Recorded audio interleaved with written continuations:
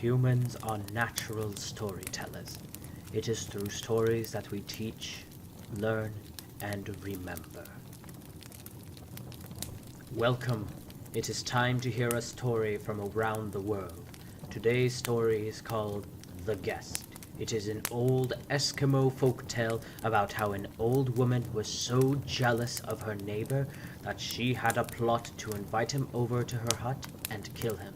Now, without further ado, an old hag lived in a house with her grandson.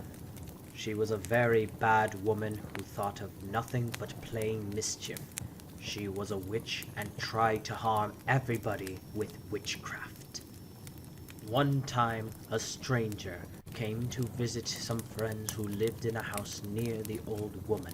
The visitor was a fine hunter and went out with his host every morning, and they brought home a great deal of game. It made the old woman envious to see her neighbor have so much to eat while she had little. She was determined to kill the visitor. She made a soup of wolf's and man's brains, which was the most poisonous food she could think of. Then she sent her grandson to invite the stranger to eat supper at her house.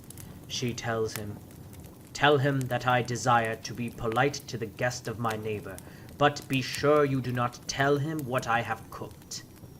The boy went to the neighboring hut and said, "Stranger, my grandmother invites you to come to her hut and have a good feast on a supper that she has cooked.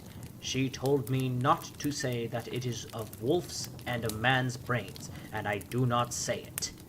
The man thought a moment and then replied, "Tell your grandma that I will come." He went to the hut where the old lady pretended to be very glad to see him.